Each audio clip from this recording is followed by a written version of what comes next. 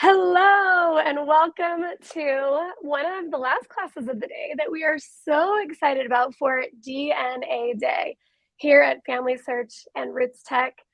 It's been an amazing day filled with so much learning, so many classes, and great presenters. And we have saved one of the best for last, and we are so excited. If you're into DNA already, I'm sure you've heard of her and heard her speak before. And if you're new to DNA, you're in for a treat because during RootsTech this year, she was one of our most popular speakers, and DNA is always one of our most popular topics. Today we have with us Diahan Southard. Hi, Diahan. Hi. Thanks so much for having me. So This is glad so fun. I love DNA Day, and there's no better way to celebrate it than talking about DNA. Right? I know, and you know what I'm really excited about too? For those of you that had joined us earlier, we get really in depth with DNA, and I've watched all of your classes, Diahan, on rootstech.org, and they're all fantastic. But I have to be honest, I'm really new to DNA. My name is Erin Schertz, and I'm the marketing manager for RootsTech, but I'm newer to the scene, and it's fascinating to me. But we have a lot of people who have commented in the weeks leading up to this that are newer. So I think we'll be covering a range of topics. We kept this pretty open so that we could really address what you guys as the viewers want to learn about and hear about. So we've been receiving questions over the last couple of weeks. We picked a few to highlight, but here's the key. We're live, we're all over social media, and we're on rootstech.org. We want your questions. We want to know what's on your mind, what you've been wanting to learn. We have an expert with us today that can answer those questions for you. So please put them in the comments. If we aren't able to get to them, we will answer them. So no, don't fear. Like your questions will be answered one way or another. In fact, while we're getting started, why don't you comment and let us know where you're watching from? And by the way, thank you so much for watching. And while all of you are doing that, I'm just going to do a little intro for Diahan so that those of you that are newer can learn a little bit more about her. And then we're going to hear from her. Don't worry, I won't be talking so much. So Diahan has 20 plus years of experience in genetic genealogy. She built her company, Your DNA Guide, to show that learning DNA doesn't have to be intimidating, frustrating, or require a college degree in biology. So it's basically for me because I fit all of those criteria. Her goal is to teach you to do the DNA and feel confident and have fun in the process. Diahan teaches internationally, writes for popular magazines, authored Your DNA Guide, the book, and produces Your DNA Guide, the Academy, an online learning experience. And you've spoken how many years now at RootsTech, Diahan? Do you know? Well, I've been to every RootsTech, but as a speaker, probably all but two. Yeah, the first two. Wow. Yeah, but I exhibited at the first two. Mm-hmm. Okay, that's amazing. And you can see all of her classes, by the way, on rootstech.org. They're all there, also on our YouTube channel if you want to see anything from the past that we don't cover today. Okay, so I think we should get into some of these questions. We've already had a ton come in. Let's see where we want to get started. Oh, you know what? Let's start here. Diahan, tell us about your passion for DNA, where it began, and what motivated you to spend your life's work really becoming an expert and teaching others about DNA. Well, I think you can trace like my entire life trajectory back to my high school English teacher. And he gave the best advice that I always give to all graduating seniors, that the best thing you can do when you get to college is to find a professor who's researching something you're interested in and get involved. So I went to BYU and I was interested in DNA and genetics. And at that time, there wasn't a specific genetics program. So I went to the microbiology department.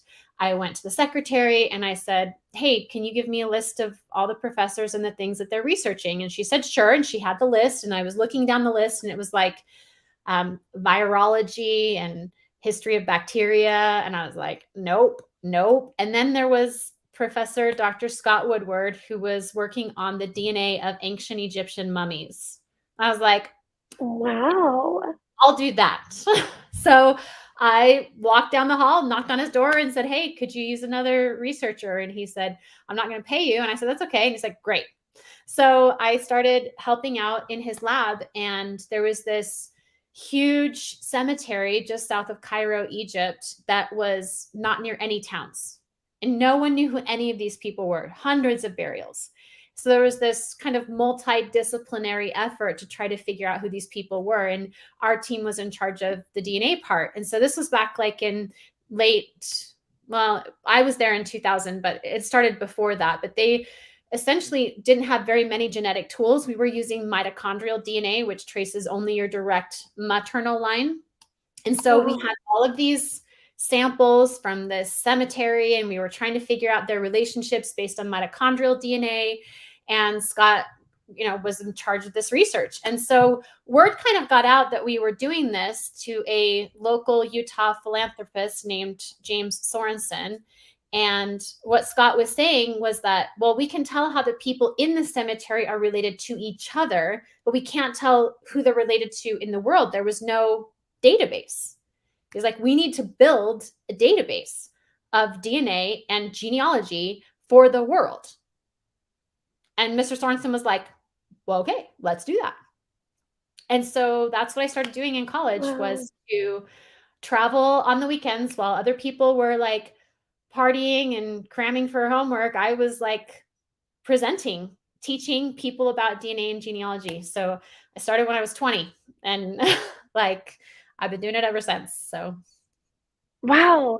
So 20 years ago, Egypt.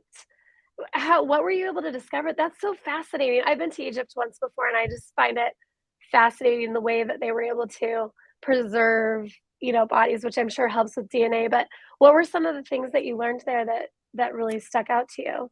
So you can see like family groups. And again, it's just maternal connections, right? So you could see, a woman buried with a child. Now you can assume that it's parent child, but you don't know that, right?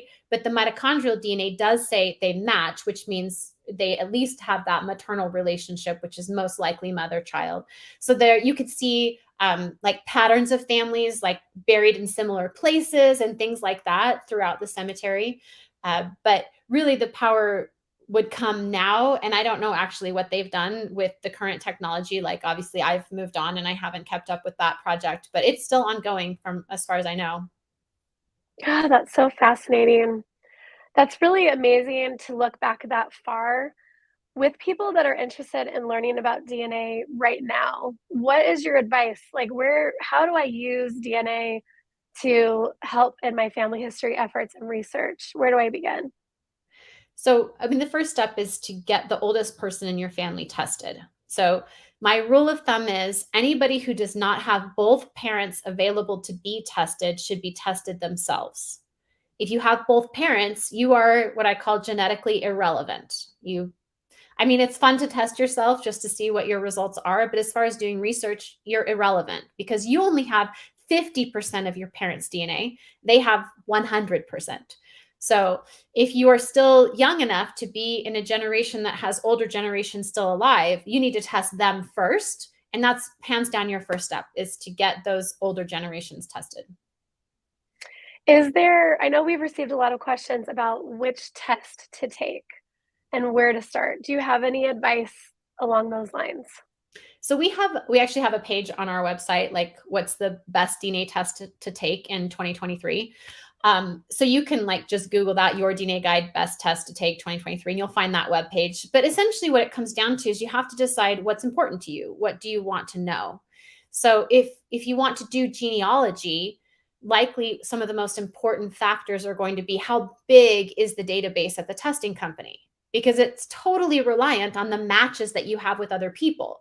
So you want to go where there's big databases, big numbers, so the chances of you matching someone are higher. So database size is a big factor. Second, people are often looking at those ethnicity results. They want to know like what percentage Italian they are and things like that. So not every company is testing the same geographic regions. So just understanding, well, especially if you're not European, okay, there are definitely some companies that are doing some areas of the world better than others. So it's important to like think about, well, where do I expect my heritage to be from, and which company is going to best represent that in their database. So we have that information like all in that page on our website. But those are the two factors you need to be thinking most about. Is, are you really about wanting to do genealogy and therefore you need lots of matches, or are you really just interested in those ethnicity results and therefore you need to focus on the company that's going to best deliver to you what you would need? Awesome. That's great information. And we have moderators that are here that can drop the link to that page in our chat for those that are watching and want to know where exactly that they should go.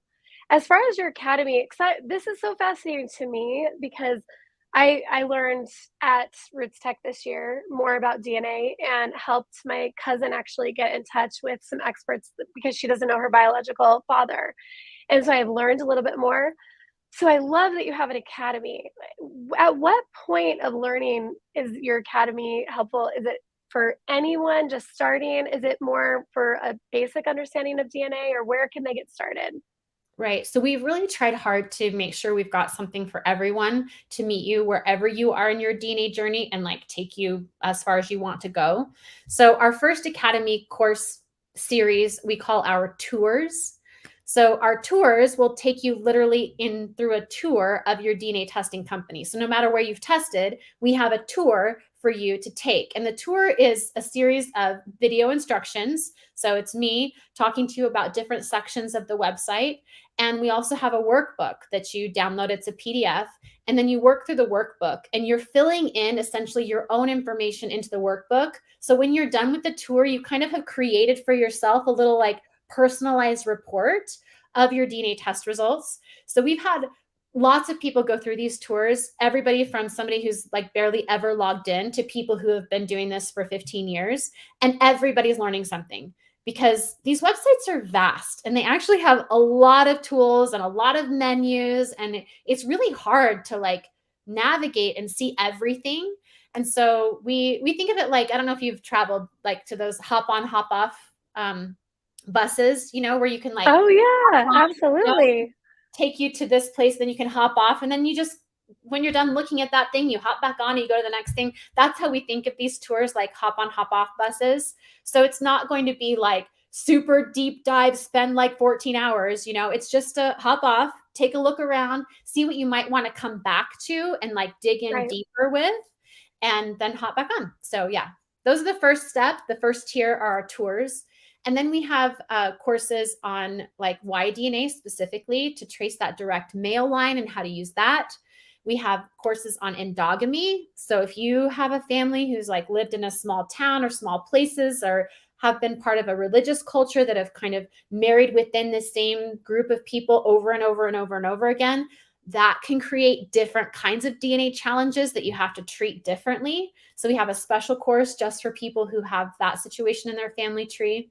And then we have a flagship course we call the DNA Skills Workshop. And that's for anybody who's like serious about really ready to find their ancestor. If you have a goal, an ancestor that you want to find who's your 3 times great grandparent or closer, that's kind of my cutoff.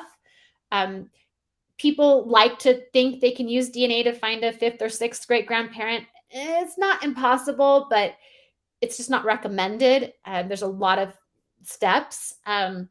Anyway, so our DNA skills workshop is meant for everybody who's like serious and ready to like get this done. And you don't have to have a ton of prior experience, but you need to know your way around the testing company. You need to know what's in the tour essentially so that you are comfortable with like where to click and what to do. But it's really step by step. It's a process you can follow repeatedly to find many, many ancestors if you want to. So that's kind of where we're always leading people to, is that flagship course. Yeah, that's so amazing that you put all of this together for people at all different levels. And we've definitely had a lot of people at different levels asking us questions. And so I'm going to get into some of them right now. I thought this was a really interesting one. Can you explain the differences between y-DNA, mitochondrial DNA, and autosomal DNA testing, and when each type is most useful? Okay, great. So I'm glad to bring this up because I think so much we talk about the autosomal test, which is the one offered by Ancestry, MyHeritage, 23andMe. It's the one that gets the most hype. So your autosomal DNA comes from both sides of your family. So when you get a DNA test result, it's going to be with mixed, right? It's like you've got matches from your mom's side and your dad's side, and they're all melded all together. It can be tricky to understand and parse everybody apart. So you have to work at it. You have to learn techniques and it's a lot of learning. It's kind of a really steep learning curve, but the payoff is huge usually. So once you kind of get the basic steps down, which I taught in my RootsTech classes, if people want to go back and watch those, but if you get kind of the basic steps down, you don't have to be an expert to make some serious progress using autosomal DNA. It's very powerful, especially if you're looking for a relatively close relative, parent, grandparent, great grandparent. If you've got any missing people in that realm, autosomal is so powerful and hands down should be your first stop. If you want to find those ancestors that are beyond that 3 times grade I was talking about, that's really where Y and mitochondrial DNA come in. So Y DNA traces only a direct male line, and only men have it. So we ladies, no Y DNA. So it means we have to get men in our life to test. So ask your father, your brother, your uncle, your cousin. The person who tests should have the same surname as the ancestor you want to research in most Western cultures, unless you're Scandinavian or something, that rule doesn't apply. But in general, that's what you want to think to yourself about, because that person has to have an unbroken male line up to your ancestor to be able to represent them with their Y DNA. Mitochondrial DNA traces the direct maternal line, so it goes down the bottom of your family tree. All of us have mitochondrial DNA. It's all exactly the same as our mothers, the same as her mothers and her mothers and her mothers on back. So mitochondrial DNA can be used to research any woman on your family tree. Y DNA can be used to research any man on your family tree. It's just about finding the right person to test. Okay, so perfect lead in to another question that we received on Facebook from Susanna Briggs. She asks, question, my parents passed, but I was able to get DNA of each of their younger brothers before they passed. Is that as good as having my parents tested? In a way, yes. So yes, because that represents each of their lines. So each of us, again, obviously we have 100% of our DNA, but only 50% of our parents. So it's ideal actually if you get 3 or more siblings to take a DNA test, because the 3 of you together can represent a larger portion of your parents' DNA than just one person could alone. So yes, having those siblings of your parents that have passed away tested is for sure the right thing to do. And if they have more than one sibling, test them all. Oh, I love that. Okay, that's such great advice. Along those lines, but from someone on Facebook, Desi Sklan, that doesn't have any males to test, how worthwhile is it to do mitochondrial DNA test? How to do a mitochondrial DNA test? So there's 2 reasons that you would take a mitochondrial DNA test. The first reason is just because we are genealogists, which means we are record keepers, and your mitochondrial DNA is a record. So it's worth testing just because it's a record that you need to have. But mitochondrial DNA is the least powerful of the 3 different kinds of DNA tests. It's the least powerful because it's the most stable kind of DNA, which means it doesn't change very often, which means you will share mitochondrial DNA with hundreds of people that aren't related to you recently. So it varies depending on your mitochondrial DNA and your heritage and your lineage and all of that. But a lot of times you can even share your exact mitochondrial DNA signature with thousands of people that you aren't related to for thousands of years. So Wow, that's so interesting. it is. So it's mitochondrial DNA is better used in combination with autosomal DNA. So like here's a scenario. So you have the 1830 census, right? But everybody's a tick mark except head of house, right? And so you're like, I'm pretty sure my ancestor is this guy's daughter, right? But she's just a tick mark. So how can I figure out if she's really there, right? So fast forward 1840, you're going to find now her younger sisters are listed with their names, right? And you're like, oh, she's already moved out. She got married. Like I can't trace him back to this guy, right? So what you could do is you could find a direct maternal descendant of your ancestor, test her mitochondrial DNA. And then of the sisters that you think are your ancestors' sisters, you could find their direct maternal descendant and test the two. If you match, that's really good evidence that you did find the right family. If they don't match, then it's not the right family. So that kind of like targeted testing scenario where you kind of engineer your own little experiment can be very powerful. But just kind of throwing your mitochondrial DNA out into a database and hoping for something amazing to happen, it doesn't usually. Not likely. Yeah, that Yeah. makes perfect sense. Let's talk about autosomal. So that's the most common one. Is that in my understanding from what you just said? We had a great question come in on YouTube from Ken Walston. My grandfather had two wives who were sisters. How does this affect autosomal DNA matched of descendants from both wives? Of both Whew. wives. Yeah, it's tricky, right? Tricky. So the bonus is you know this, okay? It's harder when you're like looking at the results and you're trying to figure out what in the world is going on because it doesn't seem to make sense. Then it's harder to figure out. But since you already know it, you can predict what's going to happen. So we go over this actually in the beginning of my endogamy course. We talk about this idea I call multiple relationships. So essentially, when you think about it, the descendants of these two women will have multiple relationships to each other. They will be, so the children would be half siblings to each other through the dad.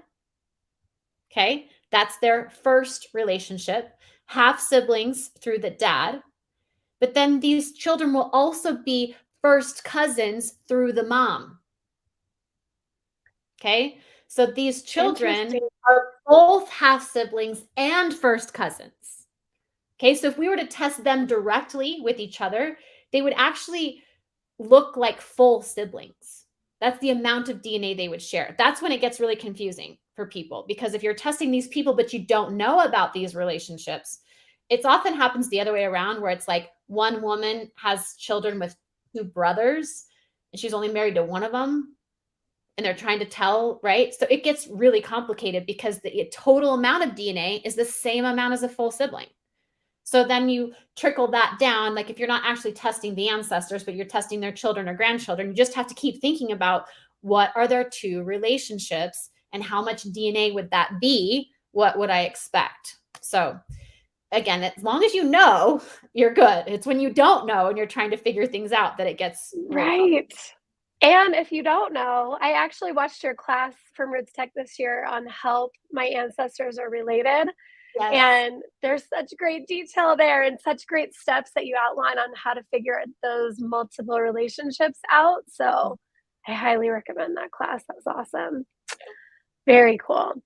Okay, let's see. We have some great questions that are coming in. Let's see. Okay, here's a little bit more of a complicated one, but I think that this person needs some good advice. This is from Facebook from Rebecca Corson. Thank you, Rebecca, for your question. She says, I have tested my brother with FTDNA. My closest match is 4 steps at 111. He is the only match at 4 steps. Would it be worth the money to upgrade to the big Y?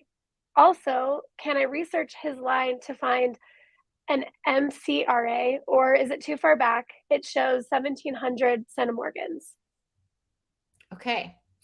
I'm glad that we've got that up on the screen so I can read it because that's Yeah, helpful. there's a lot there. A lot there. Okay, so let's take the first part, Rebecca. So first of all, at 111 markers, my benchmark for a good match, I call it your best match, is 5 differences.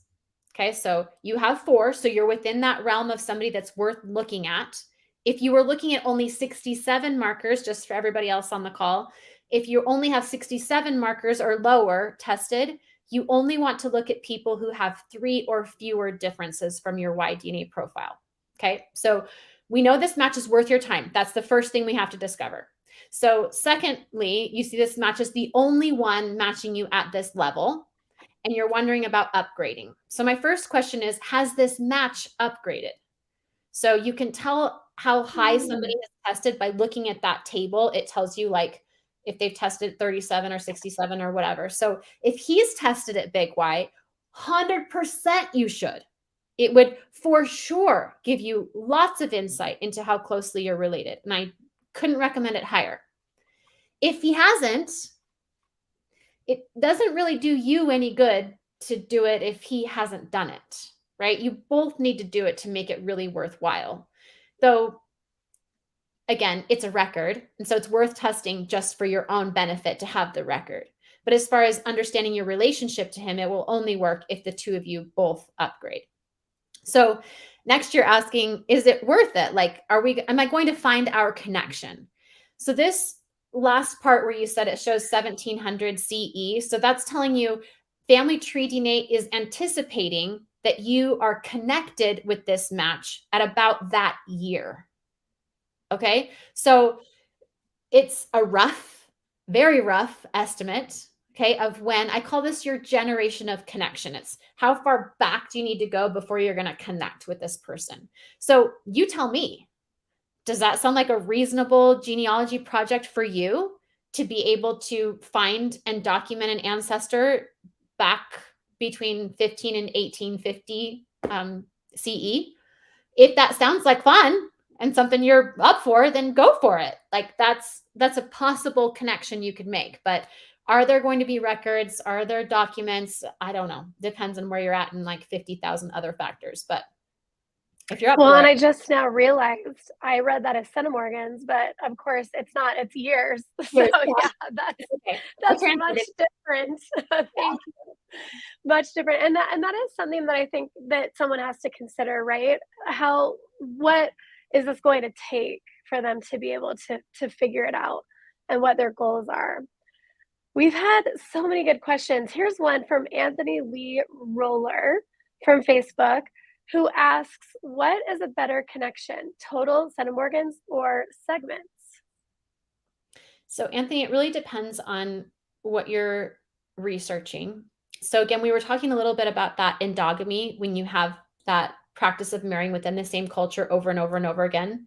If you have a history of endogamy in your family, you need to pay more attention to the segment sizes, where if you don't have endogamy, it's really about that total amount. So the problem with endogamy often is that you end up sharing more DNA with someone than you really should, because there's all these small pieces like hanging around from all of your relationships that you have like 5, 6, 7, 8 generations ago, where you have like 17 shared ancestors, right? And so it's about identifying the big pieces, which will represent your closer relationships. But if you don't have endogamy or you don't expect to have it, you don't really need to pay that much attention to segment number or segment size. It's really more about that total amount. Got it. No, that's a great distinction. Liza Seal asks a great question, which I've seen this a few times, so I'm glad that she brought it up. This is from YouTube. Liza says, my husband's father was an orphan. How do I go about finding an unknown father? So your husband needs to take a DNA test. So again, you can visit that page I suggested on my website to decide which test you think would be best for him. In his case, you're going to be looking for a large database because you want to find matches the very most, right? And so what you're looking for when you're looking for an unknown parent, essentially, so you're looking for unknown grandparents in your case, right? And so on the DNA test match list, the first thing you should be able to identify are people who are related to the wife's side, right? You know their line, or at least you know part of it. So essentially, you can just go in and cross off all of those people. It doesn't even really matter how you're related to them. If you know they're on the maternal side, you just cross them all off. So then you'll be left with a handful of people that are related on this unknown side. And there's a lot of really great techniques. You can get my book and I'll like walk you through how to do this. You could join our DNA skills workshop and I can really show you how to do it. But really, it just comes down to figuring out how the people on your match list that you know are now on this grandfather's side are related to each other. Like you can't look through their pedigree charts for names you recognize because you have no idea what you're looking for, right? So what you're doing is you're looking through these matches and identifying how they share with each other. As soon as you find their shared common ancestor, that couple is most likely also your shared ancestor in some way. And then it's working with all the relationships to try to figure out exactly how, but that's how you start. Cross off all the ones that you know are on the maternal side. Take what I call your leftovers, the people who are left over, and start trying to figure out how are these people related to each other. That's how you start. It's so amazing that we have the capability today to even figure that out. I mean, I can't Yes. even imagine Thank you for saying that, not Erin. knowing. People are losing the magic. Just because we've been doing this for 20 years does not mean it deserves any less celebration. This is amazing. We can It find really people that is. could not be found any other way. It's amazing. Right. I have a cousin and she won't mind me sharing this because she's been open about it, but she was adopted 26 years ago. And until 2 months ago, just figured she'd never know who her biological father was. The birth mom didn't know who the biological father was. And through DNA, she was able to find her dad's half brother. And the healing that happened because of that connection was so huge. And I just was so happy for her. So I'm glad that you're doing this work and helping us all understand it because it can be so huge in someone's life. I agree. And so this question I love from Shelly Dudley from Facebook. She says, my brother and I are both 100% Ashkenazi Jewish. We have done autosomal DNA. Would it pay to have him also do a Y-DNA test? Yes, Shelly, for sure. I love the Y-DNA, especially for Jewish. Mostly because, as you know, you've got all of this endogamy going on, right? And all these intermarriages and all these things that make autosomal DNA just harder to work with. Not impossible, but harder. But Y-DNA is always just one line. Always. It's just so much simpler for you to look at and to analyze. And because it's DNA Day, Family Tree DNA does have their sale on today. So if you're looking at buying a Y-DNA test, today is the day, guys. And you get it from Family Tree DNA always. They're the only company offering Y-DNA matching. So this is it. Go do it. Okay, moderators, put the link in. Let's get that link for everyone that needs a Y-DNA test and get your male relatives tested. I That's right. love this. So let's go from the Jewish side and let's talk about Native Americans because we've had a great question from Ruth Ann Grogan on Facebook who's asking, what is the best test for finding Native American ancestry? This person did an autosomal DNA test, I believe an A DNA test, but it might have been another one that did not show any. Yeah, so Native American is tricky. So it depends on how far back in your family tree you expect this Native American ancestor to be.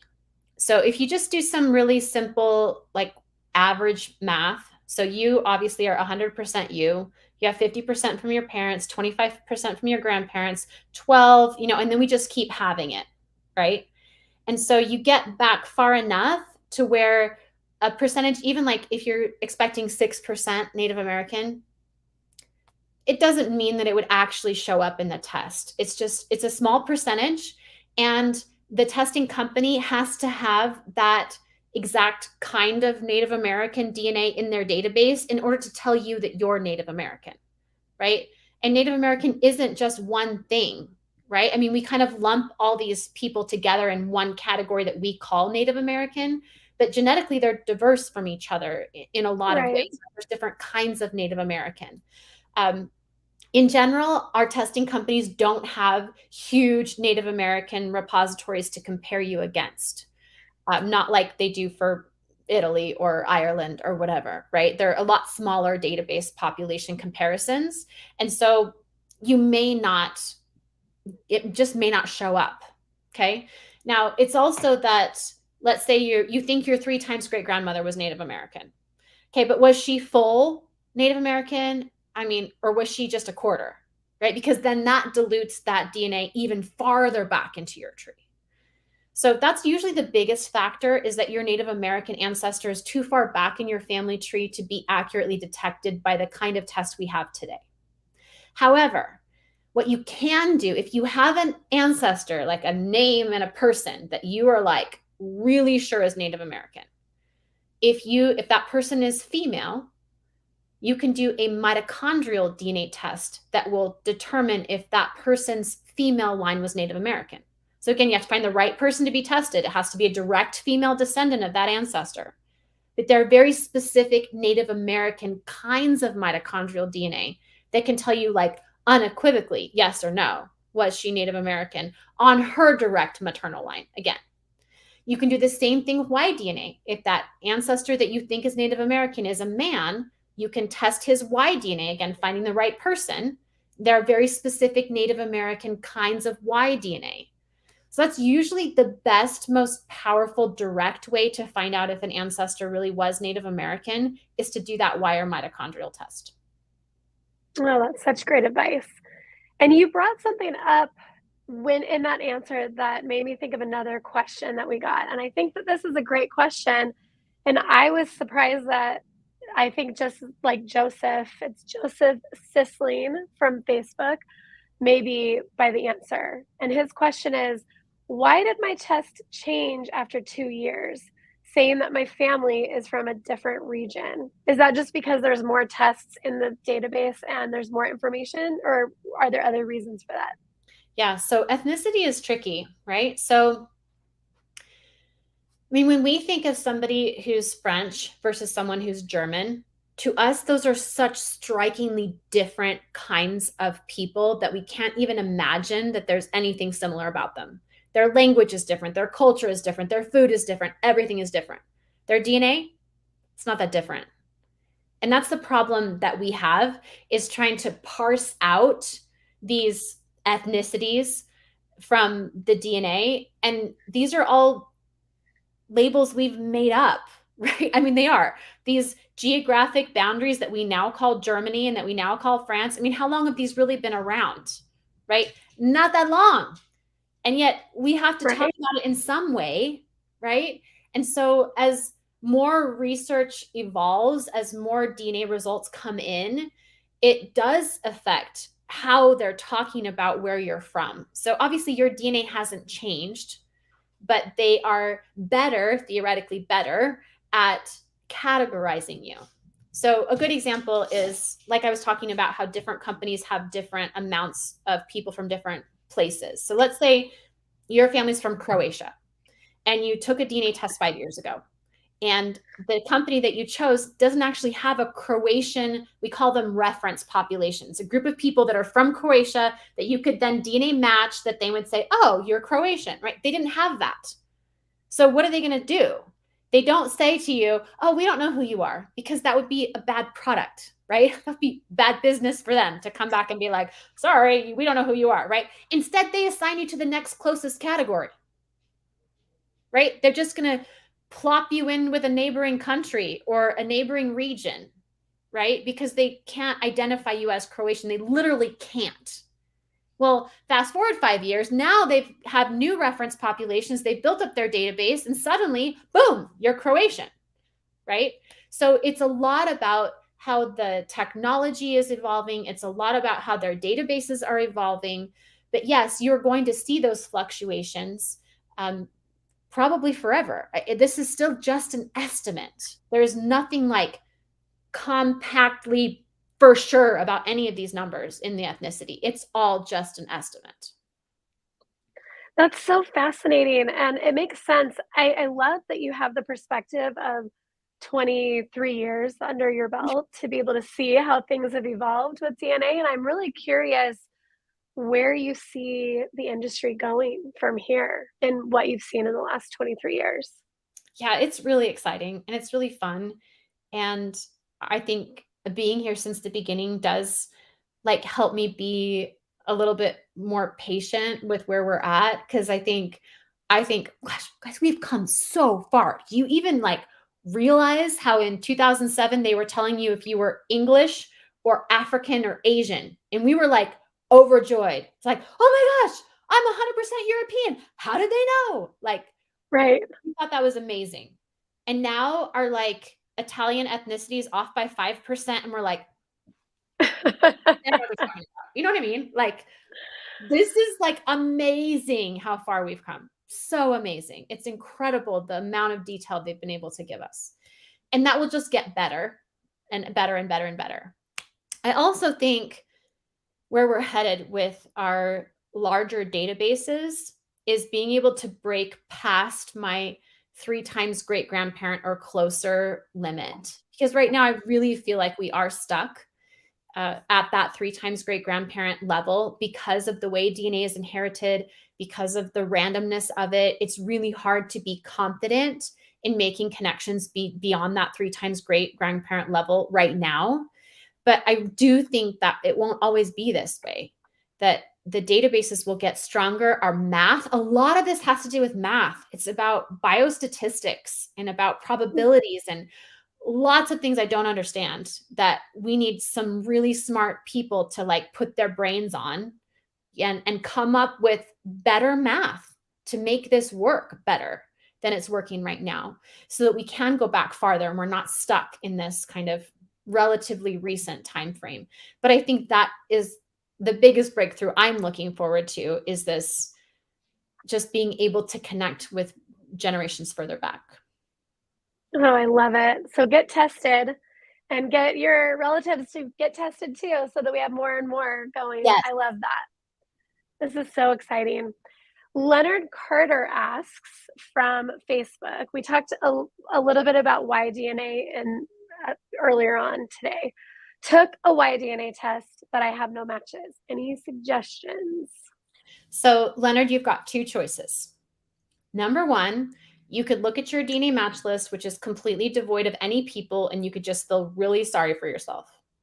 And you should be like, I am all alone in the world. Mm. No one is here. It's just me. Or you can say, Leonard, I'm a pioneer. I'm the first one in my family to take a test. I'm going to keep forging on and paving the way for everyone else, because that's what you're doing. I mean, either way, no matches, but don't you feel a little bit better about the second scenario? I choose door number 2. Door number 2. Door number 2. You can target test. So if you want a buddy in your DNA match list, I recommend for Y-DNA, you don't need to test anyone who's your second cousin or closer. Like you don't need to test your brother. Like that person doesn't matter necessarily. You represent that family. But if you have a second cousin or a third cousin who shares that direct male line ancestor with you, having them tested is valuable. Every person that you test helps you validate your line back to your common ancestor. So if you test your third cousin shares that 2 times great grandparent with you. The 2 of you match each other. That verifies your connection back to that guy. So it adds that kind of stamp of approval onto that genealogy you've already done. And then you're like really confident. All right, good. I got this. We got this guy. He's named. We're representing his Y-DNA well. Let's keep going. So that's the best way to get yourself a match, is to create it yourself. I love that. I think be a pioneer, a genetic pioneer. I think that's so awesome. I love it. We have another frustrated person on YouTube that is a little stuck. This is from Go Config. It's frustrating that we can't see all matches when comparing cousins rather than just those matches that are in common. Are there any workarounds to this dilemma? I'm not sure what your question is. So we can't see all matches when comparing cousins. So I think maybe what you're asking is that when I choose shared matches with my cousin, I can see our shared matches list, but I can't see all of my cousin's matches. Maybe that's what you're asking. And that would be, I mean, phenomenally helpful. The only way you can work around this is if you've tested at Ancestry, you can ask your cousin to share their results with you. And that way you can have access to their account as if you were them, but you log in just from your account, but they're like there as well as you. So that's the best way if you're at Ancestry. If you're at MyHeritage or at 23andMe, you pretty much have to have their login, which the companies don't love people sharing their logins, but there isn't a really good way to see their results. However, at both 23andMe and MyHeritage, though you do only have access to your shared matches list, you can see exactly how your matches are related to each other, which is really helpful. So like if I click on you, Erin, and I can see our shared matches list, and maybe one of our shared matches is Jen, and I can see that Jen is my second cousin, but she's your sister. And that's really helpful for me to understand your relationship to her so that I can better understand all of our relationships. So that's a really powerful tool at both MyHeritage and 23andMe that you can use to see more about how the three of you are related and not just me and you and me and her. Oh, I love that. That's a great tool to look at. We're almost out of time, and so I'm so sad because we've had so many amazing questions, and I'm not surprised. So we're going to finish with actually two that Okay. are very similar. One comes from Guy Fisher on Facebook, and one comes from Peter Liu on YouTube, and they're both about artificial intelligence. So going back a little bit to the question of where is this all going? Where is this technology going? Guy Fisher asks, how do you think artificial intelligence will affect genetic genealogy? And then I think it really goes in line. Peter asks, how much impact will AI have with the projection of heritage in the future? So what about artificial intelligence? Yeah, such a fascinating topic, isn't it? And it's so like cutting edge. And I won't pretend to like know everything about it. There's a couple of things um, that I'll speak on. So first, as I was saying, I think one of the biggest things we need in the future is a bigger brain, like a bigger math brain, right? And I think that this is a place where artificial intelligence can chime in a way that we haven't seen before, as far as expanding our understanding and ideas of um, it's looking at all the patterns of how DNA is inherited. There's, cajillions of ways, right? And to have an AI brain where you could like actually wrap your head completely around all of these numbers at the same time, in a way that we just haven't been able to do before. And to me, that's really exciting to be able to harness this AI power in that way, to just be smarter or to recognize patterns faster or easier than we've been able to do with our current computers and technology. So I think that's one realm that's like really exciting that hopefully AI will be able to contribute. On the flip side, maybe on the negative side, of course, there's lots of negative and positive about everything. But I think one of the things to be aware of is that if we don't, AI is still input versus output, right? It's only as good as the input you put in it, the output it's going to give you, right? And in general, over the years, as testing companies and other places have come up with these kind of automated tools, automated ways for us to understand relationships and create connections and build family trees and all of that, I haven't ever been really satisfied with any automatic tool. I feel like there's always something missing. And what it's missing is you. It's your brain. It's your knowledge. It's your experience with this family and how they work, right? And so it makes me a little nervous to think that we would want to switch and hand over our genetic relationship calculations to a computer, which so far I've just not been super impressed with how it's working. I think there's a path forward that this can help us with, but like everything else, I'm kind of a little like, maybe it will be really helpful. I hope that it will, but I'm cautious. Yeah, I guess.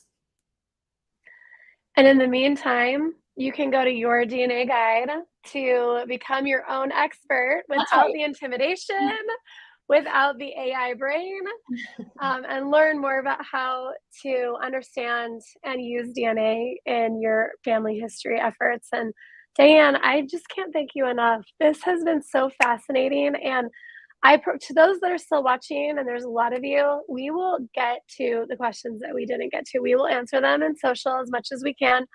Please continue to engage with us and keep in touch.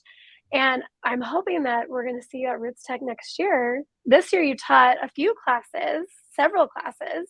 That's right. And so there's more to come if Absolutely. you come to RootsTech. Yes. Perfect. Let's do it again. Let's do it again. Yes. I love it. There should be more than one day dedicated to DNA a year. But thank you again so much. And thanks for everybody that came, and have a great rest of your DNA day. And we will see you later. Okay, sounds good. Bye. Thank you. Bye.